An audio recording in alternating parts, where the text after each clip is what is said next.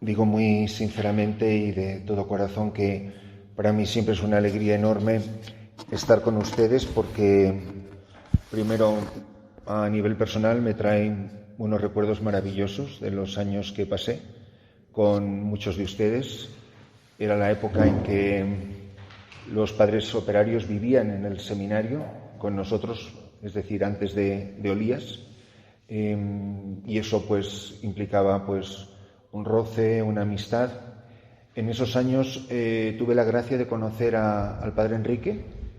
Él me invitó a venir a México en 1978, que fue cuando vine con el padre Antonio Abos. Los dos vinimos por primera vez juntos. Pasamos un tiempo maravilloso en el que incluyó sobre todo la ordenación sacerdotal de Pepe Reyes y de algunos más que se ordenaron. Creo que luego ya no estaban en la institución, Fortino y Toñito.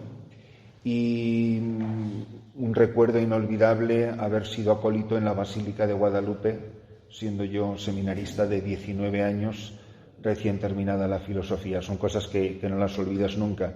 Y fue el mismo año que vino don José Rivera, el venerable José Rivera, a dar ejercicios a todos los padres operarios en el seminario de Salvatierra durante todo el mes de julio. Fue además cuando yo pasé todo el mes de agosto a las afueras de la Ciudad de México con las misioneras de la caridad en un sitio que llamaban el Tiradero, donde literalmente se tiraba toda la basura de la ciudad, y aquello cambiaría mi vida, haría un impacto inolvidable, y fue en definitiva lo que me hizo mover y dar el paso a querer ser misionero. Y después, durante los años, he vuelto muchísimas veces a México en diferentes épocas. Muchas cosas cambiaron. La única cosa que no cambiaba era la habitación del padre Prisciliano. Eso básicamente es lo que dio continuidad histórica a todas mis visitas. Era mi punto de referencia. Lo digo porque, para quien no lo sabe, Prisciliano es mi padrino de confirmación. Yo llegué al seminario sin confirmar, con 15 años, y me confirmó don Marcelo, el señor cardenal, y bueno, le pedí al que fuera mi padrino, y así le sigo llamando al paso de los años. También tengo una deuda de gratitud muy reciente con la confraternidad que me acogió enfermo durante un año en la comunidad de Salvatierra, donde llegué muy mal, muy cansado y recién operado.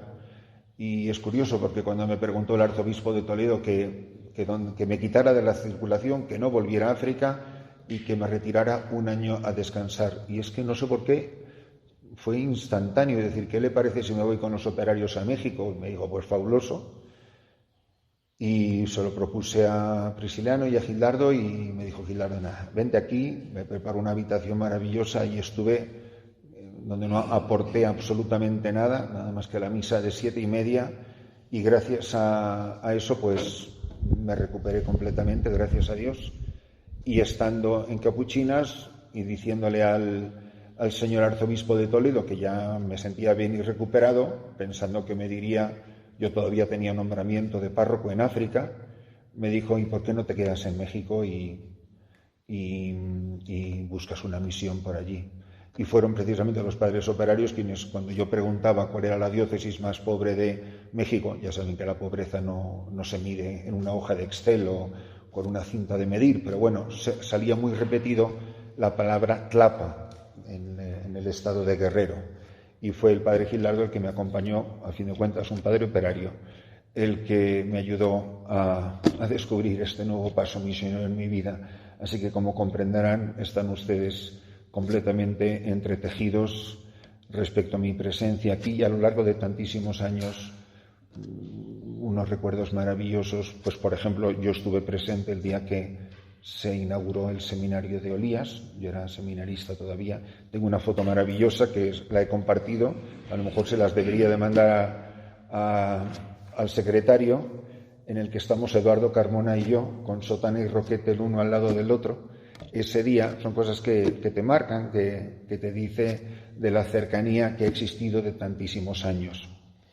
Y bueno, pues si los padres operarios piensan que yo puedo echar una mano y colaborar y compartir algo, pues no soy más que uno de ustedes, que estudió con los mismos profesores que muchos de ustedes, que pasó por las mismas instituciones y que yo he estado aquí hace 2 años haciendo ejercicios como uno más de ustedes cuando vino el padre Félix del Valle, algunos lo recordarán. En la actualidad soy párroco de una cuasi parroquia hasta el 16 de agosto de este año, que consiste en 87 comunidades en las montañas de Guerrero, en una zona absolutamente paupérrima, 100% de la etnia mixteca. La mayoría de mis feligreses no entienden nada cuando yo les predico, más bien el que no entiende nada soy yo, ellos hablan lo que tienen que hablar. Muchas de mis homilías, como les habrá pasado a muchos de ustedes, son con traductor, como el catecismo, como tantas cosas. Muchos se confiesan en mixteco, yo me limito a creer en el valor del arrepentimiento y el signo de la absolución sacramental. Gente maravillosa. Y ahora se va a crear la parroquia. Era todo un municipio. El segundo día están especialmente aburridos, lo pueden buscar en Google, y las cosas que dice Google sobre el municipio de Cochoapa el Grande. Cochoapa el Grande comprendía 150 pueblos y esos 150 pueblos de ese municipio eran una sola parroquia que hasta que he llegado yo regentaban los padres combonianos. Y sabiamente a lo Salomón dividió el señor obispo de Tlapa, monseñor Dagoberto Sosa Arteaga, antiguo obispo auxiliar de Puebla y tercer obispo de la diócesis, que, por cierto, el predecesor suyo es el obispo de Catepec, monseñor Óscar Roberto, era obispo de Tlapa antes de ir a pastorearles a ustedes. Y entonces me propuso monseñor Dagoberto elegir una de esas 87 comunidades. Cuando yo llegué no había casa, no había nada, yo no tenía un vehículo todoterreno, no tenía nada.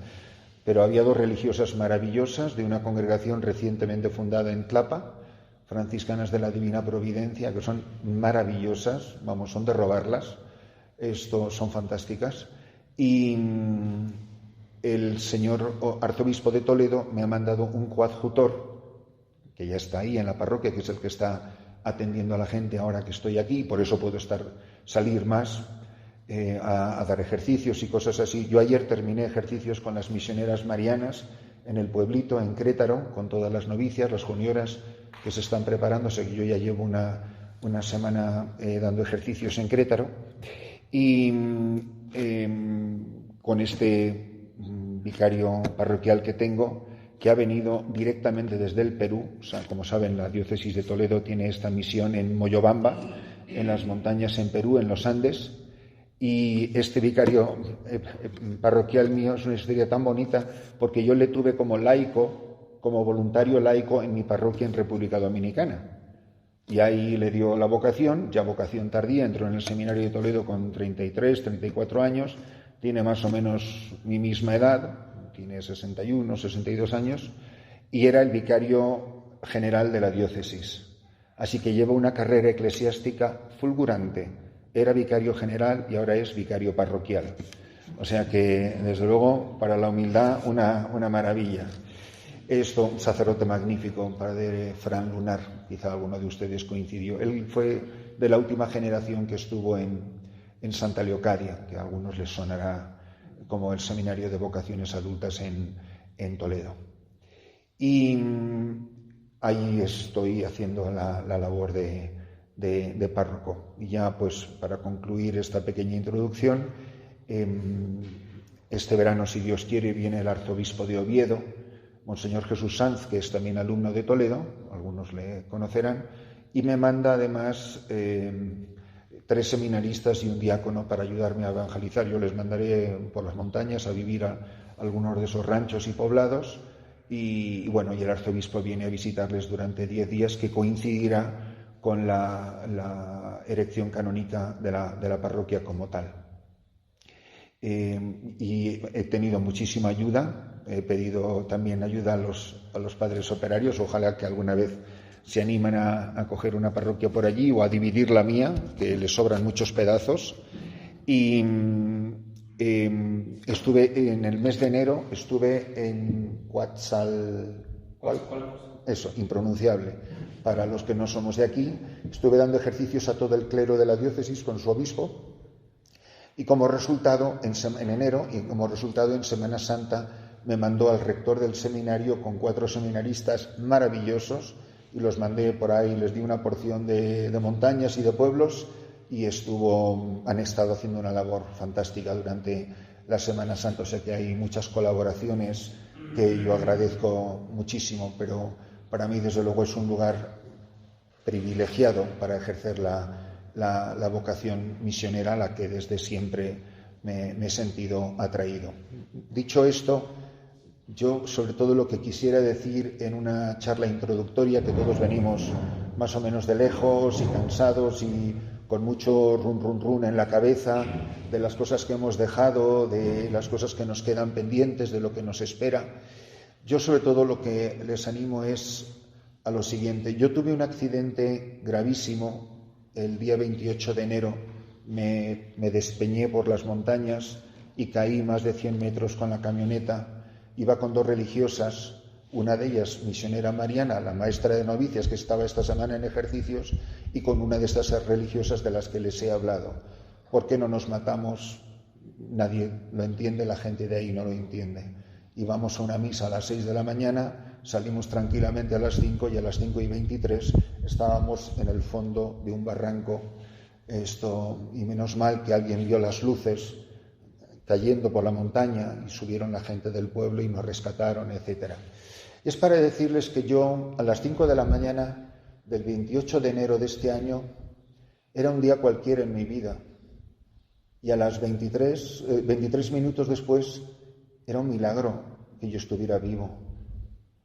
Yo me había levantado muy temprano, me levanté a las 4, me fui a la capilla, estuve una hora rezando, me recé el oficio completo en días de jolgorio, ya se sabe, era un domingo y tenía muchas otras misas después.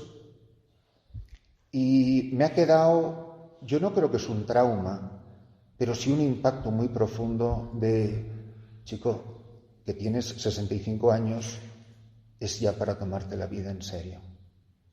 Los primeros ejercicios espirituales que yo prediqué a las misioneras de la Caridad de la Madre Teresa, los prediqué en un país espantoso que se llama el Yemen, en Medio Oriente, 100% fanáticos musulmanes, a un grupito pequeño de misioneras de la Caridad de la Madre Teresa. Miren, yo tenía tales nervios que todavía lo recuerdo a día de hoy, vamos, es que me hacía pipí de la vergüenza y de la ignorancia. Me había mandado la mismísima Madre Teresa, era el año 86 creo que era. Yo tenía 27 años. 4 meses después de esos ejercicios, de las 6 hermanas que había en esos ejercicios, a 2 las habían asesinado. Yo no sé ni por qué estoy vivo aquí de pie delante de ustedes. ¿Qué quiero decir con esto? O sea, tú no sabes lo que queda de la vida. ¿Cómo se llama el hermano de ustedes que tuvo el accidente de coche? Eliseo. Joder, yo le conozco muy bien, Eliseo. Joder, te levantas una mañana y no vuelves vivo a casa por la tarde.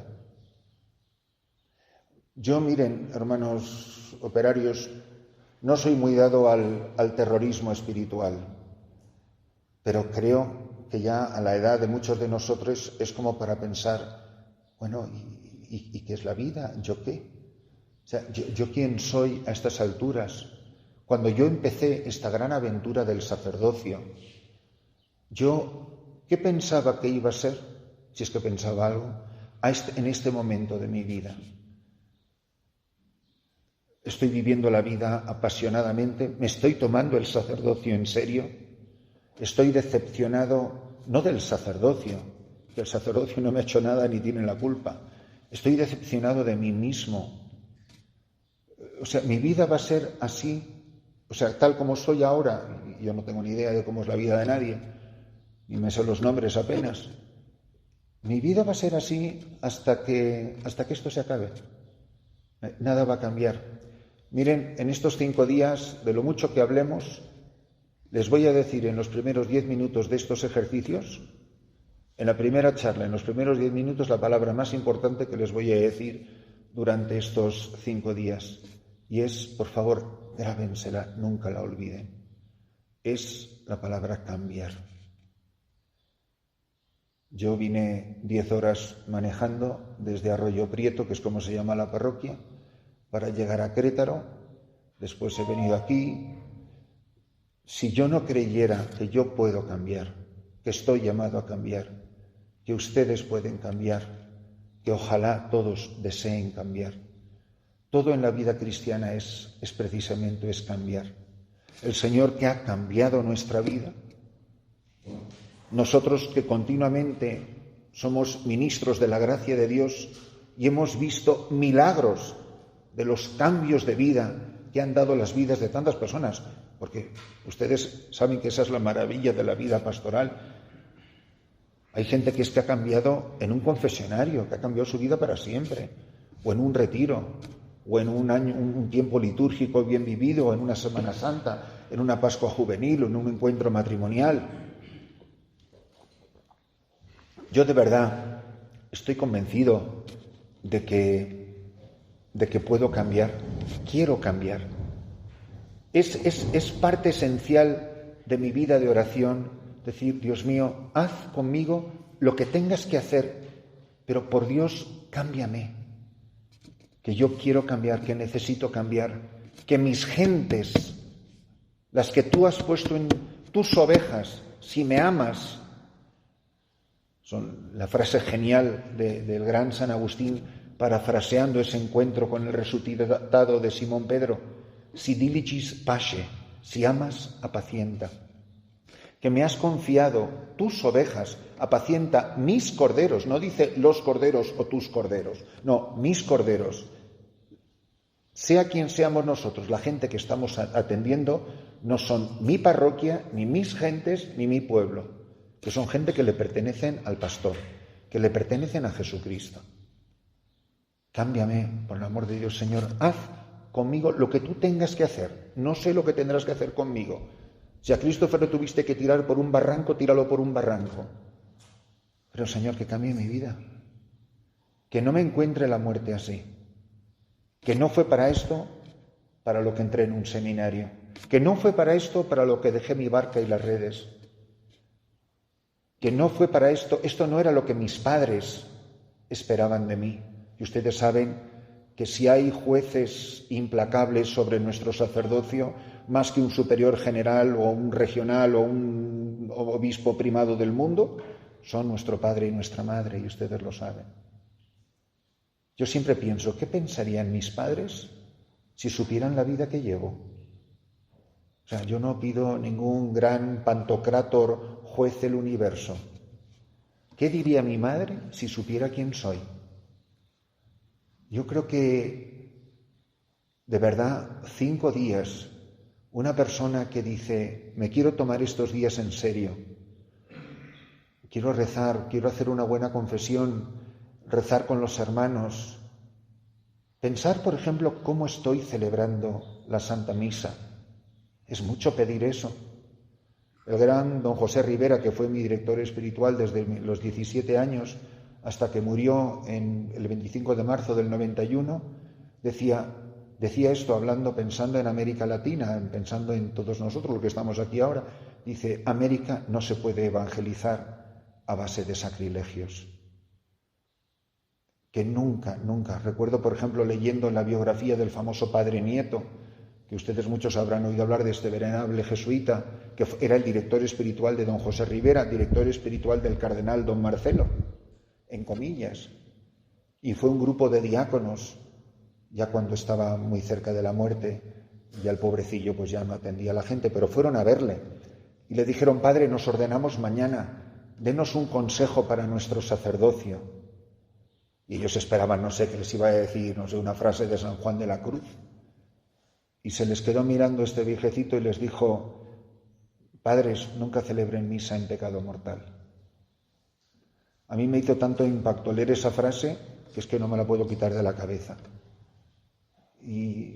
Si mis feligreses vieran el estado de mi alma cuando salgo a predicar la palabra de Dios, a celebrar los misterios, de verdad yo estoy tratando santamente las cosas santas. Y miren, se lo está diciendo una persona que si ustedes supieran quién soy, se levantarían ahora mismo y aquí quedaría este salón vacío, como diciendo qué hipócrita este tipo que hace ahí parado delante de nosotros. Pero no puedo dejar de decir las cosas que en el fondo me estoy diciendo a mí mismo y que he revuelto muchas veces. Como verán, vengo sin papeles. No estoy leyendo un guión, les estoy hablando de mi corazón.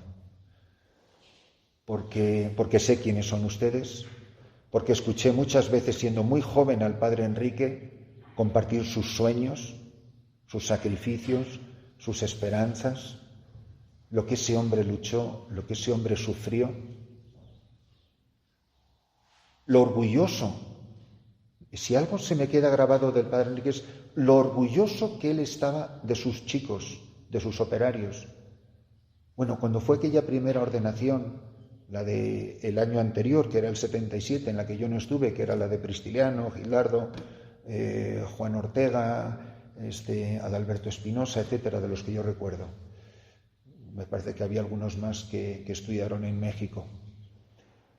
Es que ese hombre irradiaba felicidad. O sea, era tal el orgullo que tenía de esos primeros chicos que se habían formado, la esperanza que él tenía en ustedes, incluso en los que él nunca llegó a conocer. Entonces, a mí me parece que lo más importante es no plantearse sobre todo grandes propósitos y resoluciones, sino es como el enfermo, es como cuando yo llegué al hospital, el hombro lo tenía aquí, se me salió de sitio, el dolor, tardábamos 5 horas y media por caminos de terracería con el hombro fuera, yo simplemente dando gritos de dolor. Me dolía tanto el hombro que yo no sabía que tenía la cabeza partida, tengo la oreja partida, tenía todo esto morado, negro, de que literalmente quedé colgando en el aire y me sujetaba el cinturón. Tengo ahora, según les hablo, un dolor tremendo aquí en 2 costillas. Me duele sobre todo cuando me levanto de la cama. Los seguro que las he tenido rotas, las costillas, de hecho, me siguen doliendo. Pero el dolor era tan grande que yo no me daba cuenta de los otros dolores. Entonces, a mí me parece que lo más bonito es decir, mira, Señor, yo estoy tan mal que es que, mira, no sé, Señor, si me duele el hombro, me duele la cabeza, o tengo la oreja partida, o me duele el costado, o las costillas. Pero yo solamente he venido a Guayapan en estos ejercicios de 2024 porque creo en los milagros y creo que si diste vista al ciego, si caminaste sobre las aguas, si con la fuerza de tu voz sacaste a Lázaro de una tumba, si pudiste dar la salud a 10 leprosos, si aquel que bajaron por el tejado de un edificio comenzó a caminar y tú ni siquiera estabas resucitado, ahora resucitado, glorioso, aquí en medio de nosotros, ¿no vas a poder cambiar mi vida? Entonces, si hay una palabra que ojalá, hermanos, nos las llevemos todos a la oración, es simplemente cámbiame, Señor. Te lo pido con lágrimas en los ojos, hincado de rodillas. Cambia nuestro instituto, cambia nuestra confraternidad. Esto no es cuestión ni de muchas charlas, ni que de Roma ha dicho, ni que todo eso será necesario y será estupendo. Pero, hermanos, ustedes saben que las cosas no cambian así. Si no cambia por decreto ley, por decreto de Roma no cambian los corazones de las personas, y ustedes lo saben igual que yo. Es algo que hay en el corazón del hombre, es esa palanquita, ese clic que hace que de repente uno dice, Dios mío, ¿qué es lo que estoy haciendo con mi vida? O sea, yo no puedo seguir cayendo por este abismo. Y todos estamos llamados a gran santidad, a dar un fruto extraordinario. Miren su país, hermanos. A mí me da terror ver la condición de este país. Yo que he venido, no he vivido aquí tanto como ahora, pero que he venido durante tantos años, es un mundo, es un país, es una iglesia que yo ya no reconozco. Esto no es lo que yo conocí hace 30, 40 años.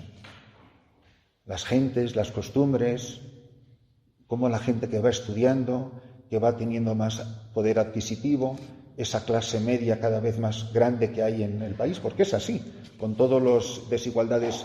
A mí no me hablen de desigualdades sociales, que si quieren saber dónde estoy, lean en Wikipedia lo que dice. Dice, el municipio de Cochoapa el Grande, según las estadísticas, hay un instituto de no sé cuántos de desarrollo social en México, no sé cómo se llama.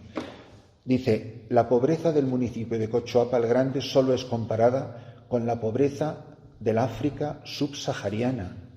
Si no me creen, lo buscan en Google y dice, pobreza. El 80% no tiene baño, el otro no sé qué. Yo tengo pueblos enteros donde los niños no saben coger un lápiz. Y luego a lo mejor es un país que acumula un número extraordinario de millonarios. La Iglesia de verdad, tal como somos hoy, va a ser capaz de responder a los desafíos del hombre, que en medio de esta locura en la que estamos viviendo están sedientos de Dios, que buscan fuentes de agua viva. Padres, ¿cuántas veces no les ha dicho a usted la gente, Padre, rece por tal y tal, usted que está más cerca de Dios? ¿Nunca les han dicho eso? Yo creo que eso nos lo han dicho a más de uno muchas veces, ¿no? Y la gente está convencido de que ellos no quieren saber ni dónde estudiaste, ni qué licenciaturas tienes. Ellos lo que piensan es que tú eres amigo de Dios, que tú estás cerca de Él. Ellos no saben si Dios a ellos les escucha o no les escucha porque se sienten pequeñitos y además piensan que cómo nos va a oír Dios a todos si somos tantos. Pero al Padre no. Usted sabe que a usted Dios sí le escucha. Yo de verdad me lo creo. Yo de verdad estoy respondiendo a esta llamada y a este desafío. Y pedir un poco de luz, pero yo creo que todos tenemos ya suficiente conocimiento. Evidentemente que yo estoy a su disposición en lo que yo pueda colaborar con ustedes para charlar, para hablar, para confesarse, para lo que ustedes necesiten.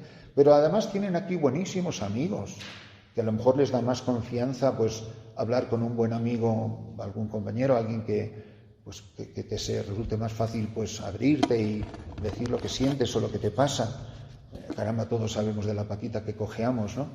Y nos podemos ayudar mucho unos y otros. Por eso, que no desaprovechemos la oportunidad, que no sean 5 días más, que bueno, a ver si llega ya el viernes, como trámites que estamos cumpliendo. Miren, nunca sabe uno cuándo va a volver a casa y cuándo no va a volver. Yo sí sé que hay millones y millones de personas en este mundo que no tienen ni idea del Evangelio, ni de lo que enseña la Iglesia, ni de los mandamientos, ni de lo que está bien ni de lo que está mal. Culpable, inculpablemente. Pero hermanos, honestamente, si hay un grupo de hombres que nunca podrá decir en el día final de su vida, Señor, yo no lo sabía, somos nosotros. Yo no puedo decir que yo no lo sabía. A mí sí me avisaron y muchas veces. Y como yo he sido párroco en 3 continentes diferentes, en Europa, en África, en Latinoamérica y en Estados Unidos también. Miren, si algo ustedes se habrán dado cuenta que han trabajado en diócesis muy diferente de esa diócesis en la que ustedes se formaron, ustedes lo saben muy bien, no todos los sacerdotes de este mundo han estudiado en el mismo seminario. Y eso se nota. ¿No sería más barato que todos ustedes estudiaran aquí?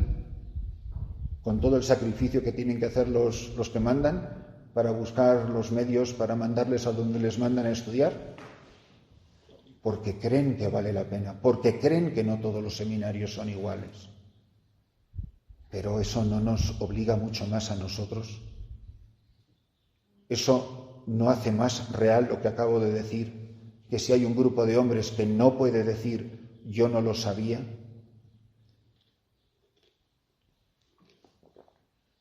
Lo siguiente es darnos cuenta que nada en nuestra vida es iniciativa nuestra. Empezando por lo más importante, que es la vocación. Ustedes no son un grupo de voluntarios que se han ofrecido voluntariamente para realizar una tarea humanitaria buena. Ustedes son hombres como yo que fueron llamados por su nombre. A muchos seguro que incluso nos sorprendió esa voz y esa llamada. Por eso en estos días les invito a contemplar estos aspectos, que son las coordenadas de su vocación, que son el espacio y el tiempo, la geografía y la historia. Hermanos, todos nosotros tenemos una historia de salvación única e irrepetible. Tu historia de salvación, cómo la voz de Yahvé Dios ha irrumpido en tu historia y lo ha transformado todo, eres tú el único testigo de ello. Y yo no sé cómo es la historia de nadie, pero estoy seguro que no me equivoco si digo que no hay dos historias, no digo iguales, es que ni parecidas. Que cómo Dios ha irrumpido en el curso de mi vida, eso no ha pasado nunca ni pasará jamás. Pero junto a una historia de salvación, hermanos, tenemos una geografía de salvación. Hay lugares sagrados para nosotros. Hay lugares que pisamos de puntillas. Mira, aquí fue donde yo tuve la vocación. El lugar donde me ordené, el lugar donde estudié. Yo voy a cumplir este año 42 años de ordenación. Fui ordenado por el Papa Juan Pablo II en Valencia durante su primera visita apostólica a España. Éramos 3 de Toledo que no teníamos la edad mínima para ordenarnos y nos ordenamos muy jóvenes, con 23 años. Y yo he pasado por yo me ordené en la calle, porque era una misa donde había 1 millón de personas, donde concelebraron más de 5.000 sacerdotes. Yo he pasado por la avenida de la Alameda y digo, chico, ahí están pasando los coches, ahí están pasando las camionetas y los carros, ahí más o menos estaba el altar donde yo me ordené. No tengo la suerte de poder entrar en una catedral como pueden a lo mejor muchos de ustedes. Pero ahí fue, ahí cambió mi vida para siempre. Una geografía, una calle, una esquina, un lugar, un presbiterio. Ahora en abril me invitaron a una charla misionera que presidía el vicario del clero en el seminario de Toledo, donde viví 8 años. Y yo me emocioné muchísimo, fue muy emocionante estar con esos casi 100 seminaristas. Había muchísimo clero, los formadores. Y bueno, pues les conté sencillamente el testimonio de mi paso por esa casa y mi vocación misionera. Era el día del clero nativo, me parece que se celebraba este mes pasado. Y era tantos los recuerdos, decir, ¿qué sabría yo cuando estaba rezando donde están rezando estos chicos? Todo lo que me ha pasado en estos 40 años. Que de 40 años, 42 años, he pasado 22 meses en mi propia diócesis. Y salí con 25, me ordené con 23, salí con 25 y nunca jamás he vuelto a trabajar en la geografía de mi diócesis. Y así estamos muchos sacerdotes de Toledo, como ustedes bien saben. Tengo una geografía de salvación, donde el buen Dios ha hecho tantas cosas tan maravillosas, a veces simplemente me ha agarrado de los pelos y me ha arrancado de la orilla del precipicio, del abismo, del volcán. Que no me he caído, que no me he hundido, porque ahí estaba la mano de Dios, en ese lugar, en esa geografía de salvación, salvándome de tantos peligros a los que yo innecesariamente me he expuesto. Entonces, esta historia de salvación, que se concentran en una voz y en una llamada. Dios me ha llamado en un momento concreto, es historia de salvación. Me ha llamado en un lugar concreto, geografía de salvación. Yo no quiero ofender a nadie, padres, pero sería mucho preguntarles si esa voz que a ustedes les llamó, independientemente de la edad que fuera, eran muchísimo más jóvenes que ahora y sabían muchísima menos teología que ahora. ¿Ustedes todavía escuchan esa voz? ¿Esa voz es real? ¿O era que yo oía voces como los locos? Porque miren, si esa voz que yo escuché, por la que lo dejó todo, no era más que un fantasma o un producto de mi imaginación, soy el hombre más desgraciado del planeta, ¿eh? Esa voz hoy, esta tarde, aquí, es real para mí. ¿Y cuál es la historia de esa voz? ¿Siempre la he escuchado? Levantarme por la mañana, ir a rezar, comenzar la jornada de cada día, ¿es para mí responder a esa voz? ¿O yo vivo más o menos mi vida a mi aire, como a mí me parece, como a mí me apetece? Y eso porque hace X muchos años, oí una voz. Yo de verdad conozco esa voz, reconozco esa voz. Rezar para mí es responder al Dios que me llama por mi nombre cada día de cada momento de mi jornada. O yo me pueden pasar meses que ni me acuerdo de la palabra vocación, de mi llamada. Porque yo no puedo vivir de un recuerdo, yo no puedo vivir de una voz extraña. ¿Alguna vez nos habrá pasado que alguien te llama por teléfono y te dice, ¿a que no sabes quién soy? Y hombre, la voz te suena, dice, pues chico, la voz me suena, pero es que, oye, no caigo, sigue hablando. ¿Por qué? Porque hace tanto tiempo que no he escuchado esa voz que ya no la reconozco. Oye, que te vi el otro día por la calle, oye, que te estuve llamando, pero nada, tú no te diste cuenta. El Dios que continuamente me sigue llamando, igualito que el primer día, pero yo ya no reconozco la voz del Señor en la muchedumbre de tantas otras voces que han seducido mi corazón. O al contrario, es una voz que la sigo reconociendo cristalina, como el primer día que la escuché. A lo mejor esa primera vez yo era como el niño Samuel y no era capaz de entender, pero hubo gente maravillosa a mi alrededor que me ayudó, que me salió al encuentro, que me salió al camino, que me tendió una mano, dice, eso que te está pasando es vocación. Todos hemos tenido el anciano Elí en nuestra vida, que nos enseñó a decir, habla Señor, que tu siervo escucha. Pero si no le oigo, si no oigo la voz de Yahvé Dios que me llama, ¿cómo voy a decir, habla Señor, que tu siervo escucha? Haré lo que me dé la gana, o lo que a mí me parezca, o lo que me haga más feliz, o lo que a mí se me ocurra. Que mi vida de cada día ya no es una respuesta a una voz y a una llamada, sino que me he convertido en un personaje autónomo, que hace buenas cosas, que hace cosas sacerdotales, pero que no son a lo mejor respuesta a una voz y a una llamada que sigue resonando como la primera vez en la Iglesia y a través de la Iglesia. Miren, si nosotros no somos respuesta a una llamada hoy, este día 2024, queridos hermanos, ¿cómo va a resonar la llamada vocacional en el corazón de nadie si el primero que no la oye soy yo? ¿No soy yo la campaña vocacional de la confraternidad? ¿No soy yo el que conoce la voz del pastor? ¿No soy yo el que está llamado a ser Elí en la vida de tantos muchachos, de tanta gente que el Señor pone en mi vida?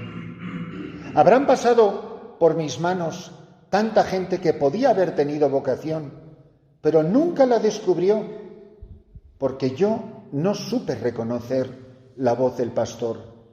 Si yo no oía la mía, ¿iba yo a oír la de nadie?